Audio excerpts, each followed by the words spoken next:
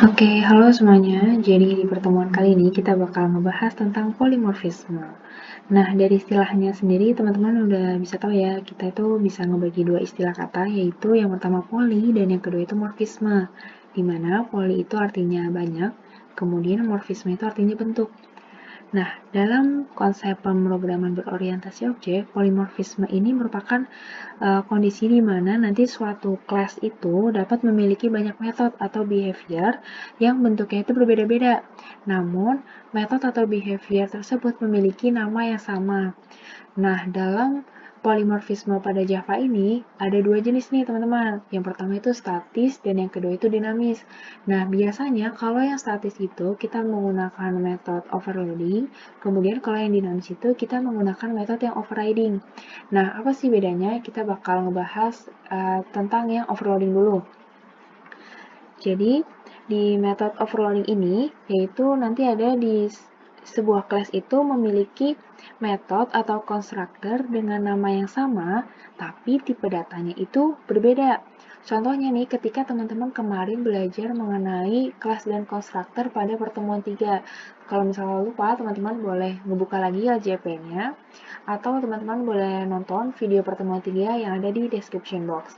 Nah, kemarin kan teman-teman udah ini nih, udah bikin kelas mahasiswa. Di mana di dalam kelas mahasiswa itu ada 3 konstruktor dengan nama yang sama.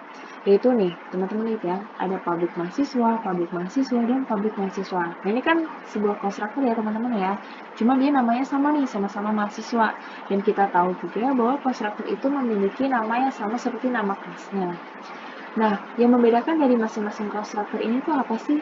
Nah, ini nih kita lihat parameternya. Untuk yang ini, kita ada dua parameter, ada nama dan NIM. Kemudian yang ini ada 3 parameter, nama, NIM, dan alamat.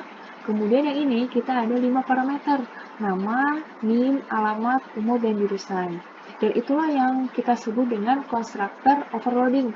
Jadi, di overloading itu yang tadi udah aku sebutkan bahwa dia itu memiliki konstruktor yang namanya itu sama di dalam sebuah kelas, tapi yang membedakan adalah parameternya, bisa mengenai jumlahnya atau tipe datanya.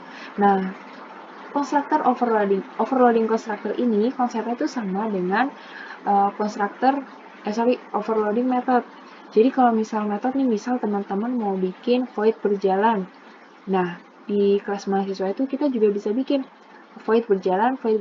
Cuman yang membedakan tadi parameternya. Misal di void berjalan pertama itu kita mau masukin integer integer kaki. Yang kedua itu integer kaki dan integer tangan. Nah, yang ketiga itu integer kaki, integer tangan, kemudian string nama gitu-gitu. Jadi konsepnya sama ya, teman-teman.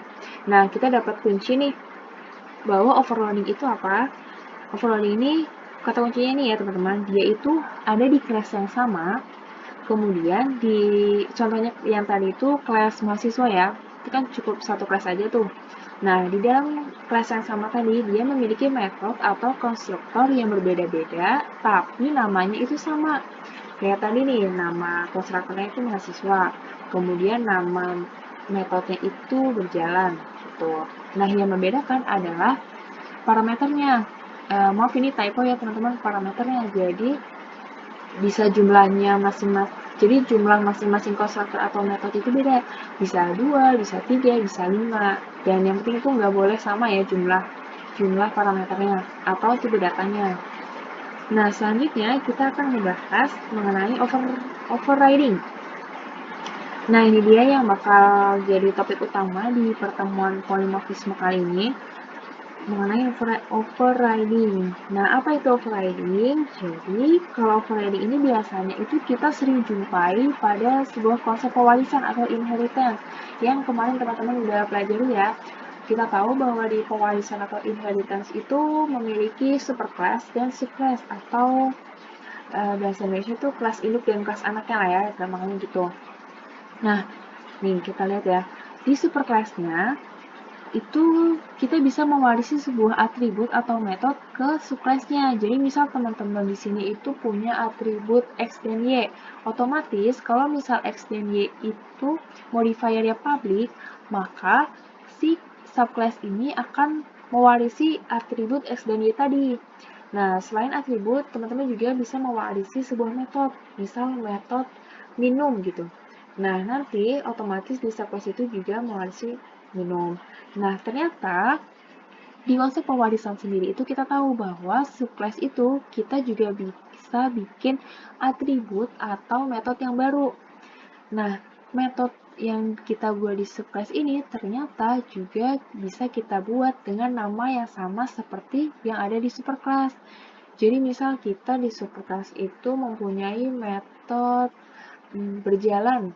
Nah, subclass itu juga kita bisa bikin kita bisa bikin metode baru dengan nama berjalan tadi.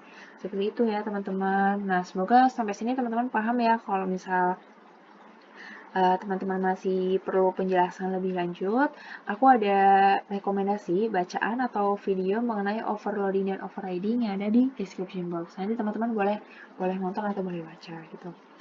Nah, selanjutnya supaya kita lebih paham mengenai overriding, maka kita langsung aja nih praktek untuk mengoding. Jadi disiapin teman-teman menggunakan NetBeans ya.